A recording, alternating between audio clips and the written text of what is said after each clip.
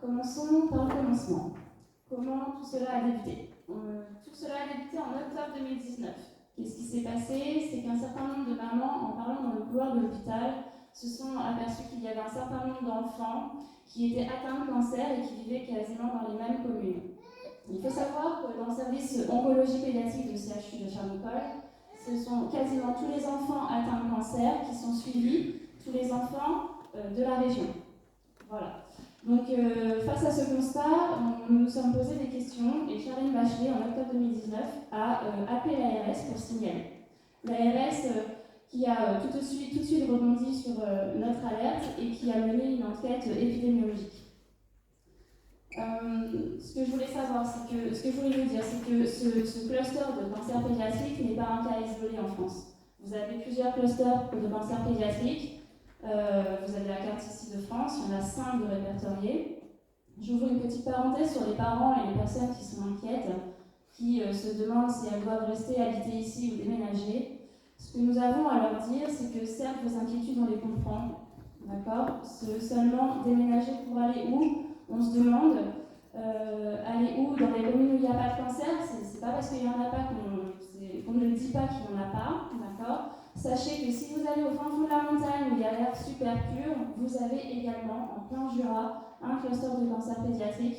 Si vous allez au bord de la mer où je pense que c'est plus pur également, vous avez également un cluster de cancer pédiatrique. Voilà. Tout ce qu'on avait à vous dire sur ce sujet-là, c'était plutôt restez avec nous pour justement rendre nos villes peut-être plus propres. Et, voilà. Ce cluster de cancer pédiatrique, il a été largement diffusé par les médias. Tout le monde est au courant, que ce soit les industriels, les élus, la population. Sachez que les contrôles sont fortement renforcés et qu'il va y avoir un suivi de la population régulier. Voilà, je vais faire ma petite parenthèse. Ce que je voulais vous présenter, c'est ce que l'ARS nous a présenté en juin 2021. L'ARS a mené une enquête épidémiologique. Ça veut dire quoi? Ça veut dire qu'en fait, elle a regardé si le nombre de cas de cancer d'enfants dans nos communes était supérieur au nombre de cas moyens de national en fait, en France. D'accord? Il s'agit de rechercher un agrégat en fait, d'enfants malades. L'ARS, à cette époque-là, elle a commencé en 2019, n'a pas pu demander l'aide des registres de cancer pédiatrique. Vous savez, il y a un registre national de cancer pédiatrique qui est censé relater tous les cas de cancer en France. Il faut savoir que ce registre-là, il a quand même quasiment 3 ans de retard. Donc, quand on veut connaître le nombre d'enfants atteints de cancer à l'instant T, c'est très très difficile. Ce qu'a fait l'ARS, c'est qu'elle s'est rapprochée du CHU de Charles-Nicolle pour pouvoir comptabiliser le nombre d'enfants qui habitaient dans les communes et qui avaient été atteints de cancer. Voilà. Donc, à l'époque, l'ARS s'est basée sur les diagnostics d'enfants entre 2017 et 2019, donc 2 ans. Ils en ont énuméré 11 cas d'enfants atteints de cancer, des enfants âgés de 2 à 14 ans. Il y avait 3 filles et 8 garçons, des enfants atteints de cancers différents, avec bien sûr une majorité de leucémie. Nous avons 6 cas de leucémie, mais il y a aussi des ostéosarcomes, des lymphomes, des tumeurs cérébrales, des neuroblastomes, et ces enfants étaient répartis sur 8 communes différentes. Douville-sur-Andelle, Lanneuville-Chamboiselle, Igoville, Saint-Pierre-les-Elbeuf, Louviers, Pont-de-l'Arche, Pont-Saint-Pierre et Louis. Ces 11 cas, nous, quand nous cherchons en tant que maman, quand on demande aux autres mamans des enfants hospitalisés, on remarque qu'il n'y a pas 11 cas, mais plus, parce qu'en fait, il faut savoir que l'ARS a quand même un protocole assez strict, et elle a compté les enfants qui étaient diagnostiqués entre 2017 et 2019, mais qui habitaient ces communes-là. D'accord? Nous, on a des cas d'enfants, par exemple, qui sont nés sur Pont-de-l'Arche, ont vécu une bonne partie de leur enfance sur Pont-de-l'Arche, ont déménagé et quelques mois après ont été diagnostiqués leucémie ou cancer différent. D'accord? Donc nous, ces enfants-là, on les compte parce qu'ils sont nés dans ces communes-là et ils ont vécu quasiment toute leur vie dans ces communes-là. Donc nous, on en répertorie un peu plus. Et depuis 2019, il y a au minimum 5 nouveaux cas qui ont été avérés, qui ont été déclarés par l'ARS d'ailleurs. Le dernier, c'est en février 2022, donc tout récent, un cancer thyroïdien, un cancer papillaire thyroïdien. Il faut savoir qu'en fait, ce cancer-là n'existe pas chez l'enfant, habituellement. Voilà. Donc l'ARS a conduit 2 analyses, parce qu'en fait, ce qu'il faut savoir, c'est que si on prenait que les 8 communes, les résultats obtenus, les taux d'incidence calculés auraient été fortement biaisés. Donc ils se sont demandé, est-ce que vous prenez les cantons des communes dans lesquelles les enfants habitent, ou alors seulement les communes, ces fameuses 8 communes, et les communes avoisinantes. Quand on prend au niveau des cantons, on a environ 24 000 enfants, de 0 à 14 ans. Si on prend à l'échelle communale, on est plus dans les 7 200 enfants. Donc ils ont mené 2 études en parallèle. Ils ont calculé les taux d'incidence que vous avez ici. Alors ce tableau-là, il est extrait de l'enquête Santé publique France de l'ARS. C'est public, vous pouvez l'avoir en tapant le nom sur Google. C'est accessible à tout le monde. Sur ce tableau-là, vous voyez qu'au niveau des cantons, si on prend tout cancer confondu, ils en ont observé 11, et si on prend l'échelle nationale, on aurait dû en avoir 10,9, donc quasiment 11. Il n'y a pas de différence significative, il n'y en a pas du tout. Quand on prend d'un point de vue communal, 11 cas observés, 10,1 attendus, la différence n'est pas non plus significative. Donc en prenant tous les cancers confondus, l'ARS n'a pas pu valider ce cluster. Par contre, quand on regarde d'un point de vue leucémie, nous avons 6 enfants atteints de leucémie, on en a observé 6. D'un point de vue, en prenant les 24 000 enfants des cantons, ils en auraient dû en avoir 2,6. Pas sur 3, mais on est quand même deux fois la normale, 2 fois plus d'enfants atteints de leucémie. Et si on prend à l'échelle communale, on en a observé 6 et on aurait dû en attendre que 0,9, un enfant. Donc on est quand même 6 fois la normale. On a 6 fois trop d'enfants atteints de leucémie par rapport à la France entière. D'accord ? C'est pour ça que l'ARS a validé ce cluster. Ils ont conclu qu'il y avait une surincidence d'enfants atteints de leucémie dans les communes avoisinantes. Ils ont validé ce cluster en juin 2021 et ils nous ont dit qu'ils allaient réaliser un suivi dans le temps de tout cancer confondu chez l'enfant dans ces communes-là. L'ARS et Santé publique France ont ensuite recherché un facteur commun, un facteur de risque, un facteur déclenchant ces maladies commun. La première étape était d'envoyer aux parents un questionnaire. C'était un questionnaire d'une quinzaine, vingtaine de pages avec des questions type les dates de grossesse, le lieu d'habitation de l'enfant, mais aussi son lieu de scolarité, ses lieux de garde, ses activités extrascolaires. Il demandait aussi également les antécédents des parents, s'il y avait des cancers génétiques, etc., les antécédents de maladies de l'enfant également, et enfin les expositions professionnelles chez les parents avant et pendant la conception de l'enfant. L'ARS en a conclu qu'il n'y avait aucun facteur commun, seulement c'est très peu représentatif puisque sur les 11 questionnaires envoyés aux parents, il n'y en avait que 5 de retournés. Donc ils se sont basés sur ces 5 questionnaires étudiés. Ils ont quand même conclu à un seul constat, c'est que les enfants, même s'ils ne sont pas domiciliés sur Pont-de-l'Arche et Égoville, ces enfants qui sont malades ont quand même un lieu de vie principalement ici, Pont-de-l'Arche et Égoville. Ils ont voulu ensuite faire un état des lieux environnemental. Ils se sont basés sur la bibliographie scientifique. Il y a des facteurs de risque, il y a des facteurs de risque environnementaux qui sont avérés, qui sont scientifiquement avérés, tels que la radioactivité. La radioactivité est en lien avec la survenue de cancer pédiatrique, tout cancer confondu. Ils ont vu également qu'il y avait des facteurs de risque environnementaux qui pouvaient être suspectés. Donc là, je vous ai noté solvants et hydrocarbures, mais on pense essentiellement au benzène. C'est tout ce qui est pot d'échappement, mais en fait trafic routier. Le benzène, dans la littérature scientifique, est fortement relié à la survenue de leucémie chez l'enfant. Et enfin, d'autres facteurs de risque suspectés également, tels que les champs électromagnétiques, les pesticides, et j'en passe, un perturbateur endocrinien, etc. Donc, qu'est-ce qu'ils ont fait, l'ARS Santé publique France ? Ils ont fait des mesures de qualité d'air. La première était des mesures suralisées du 29 janvier 2020 au 28 février 2020. ils ont analysé une vingtaine de composés, dont le benzène, sur la commune, et les retombées de poussière qu'il pouvait y avoir. Les analyses ont montré qu'il y avait un respect des normes sur la commune d'Alizé. La deuxième étape était de regarder au niveau de la station de pause. Vous avez une borne à la station de pause qui est gérée par Atmo Normandie, qui, elle, mesure le PM10. C'est quoi? Ce sont des particules fines. En gros, le but est en fait de faire un suivi sur les rejets atmosphériques générés par le trafic routier. D'accord?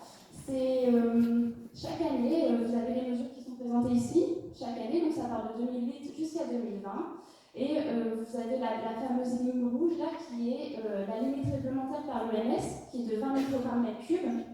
Donc ils ont conclu qu'il y avait un respect des normes. Il faut savoir que cette borne qui capte et qui donne les analyses se situe autour du lac de Pose. D'accord?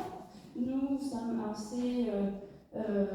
on s'est posé la question de comment ces valeurs peuvent être représentatives de ce que nous vivons au quotidien sur Pont-de-l'Arche et sur Libreville. Il faut savoir que le trafic de routier est assez dense, que ce soit le matin ou le soir, et je doute que ces analyses autour du lac de Pau soient très représentatives de ce que nous avons nous chaque jour. La troisième étape était de mesurer les NO2, c'est du dioxyde d'azote, et le benzène. Toujours, en fait, la qualité de l'air autour du trafic routier. Cette fois-ci, sur Pont-de-l'Arche en 2019. Il y a eu des analyses qui ont été faites 10 ans avant, en 2009. Et ces analyses avaient révélé des taux un peu trop élevés par rapport à la moyenne. Et donc, ils se sont dit, 10 ans après, on va refaire un état des lieux. Et ils se sont aperçus que finalement, le niveau avait baissé, et qu'il y avait 2 fois moins de dioxyde d'azote et de benzène, et que les seuils étaient bien respectés sur Pont-de-l'Arche. Ensuite, je vous ai parlé tout à l'heure de la radioactivité qui pouvait être en lien avec la survenue de cancer chez l'enfant. Puisqu'ils ont fait l'ARS Santé publique France, ils se sont basés sur des mesures qui sont faites tous les jours, quotidiennes, par les sondes Téléret. Donc il y en a une à Rouen, une à Évreux. Ils ont constaté que les débits doses des rayonnements gamma restaient stables depuis 2012. D'accord, ça oscille entre 50 et 70 nanosieverts/heure. Le taux d'alerte, c'est 150, donc on est largement en dessous. Seulement, voilà, il faut se dire que la radioactivité mesurée à Rouen et mesurée à Évreux peut être tout à fait différente de ce que l'on a sur Pont-de-l'Arche. Il aurait été... Voilà, c'est quelque chose à creuser encore. Ils ont ensuite réalisé... il y avait aussi comme facteur de risque, cette fois-ci, c'était les lignes à très haute tension.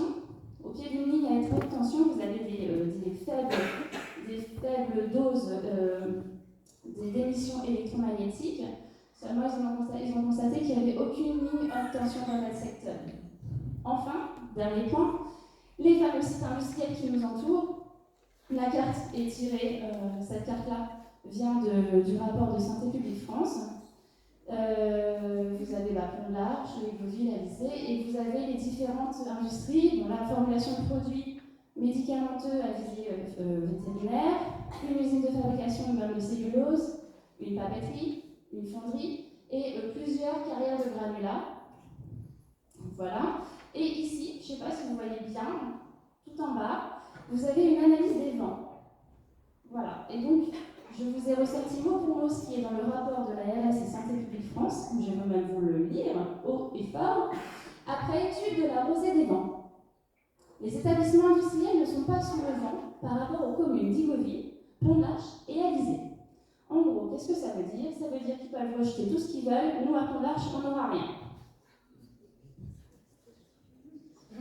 Voici les sites industriels qu'ils ont énumérés. Ils nous ont dit également, alors ça, il y en a certaines, ce sont des usines classées Céveso, ce sont des usines qui sont hautement réglementées, d'accord, avec des contrôles réguliers. Et donc, ces installations classées pour la protection de l'environnement avaient été tellement soumises à la réglementation que ce n'était pas possible qu'il y ait des rejets hors dehors des normes. Ils ont quand même réalisé des inspections dans ces usines-là, de 2019 à 2020. Ils ont regardé un peu tout ce qui était rejet atmosphérique, tous les produits qui étaient utilisés dans les usines et la quantité de produits qui étaient stockés. Leur constat, c'est le suivant.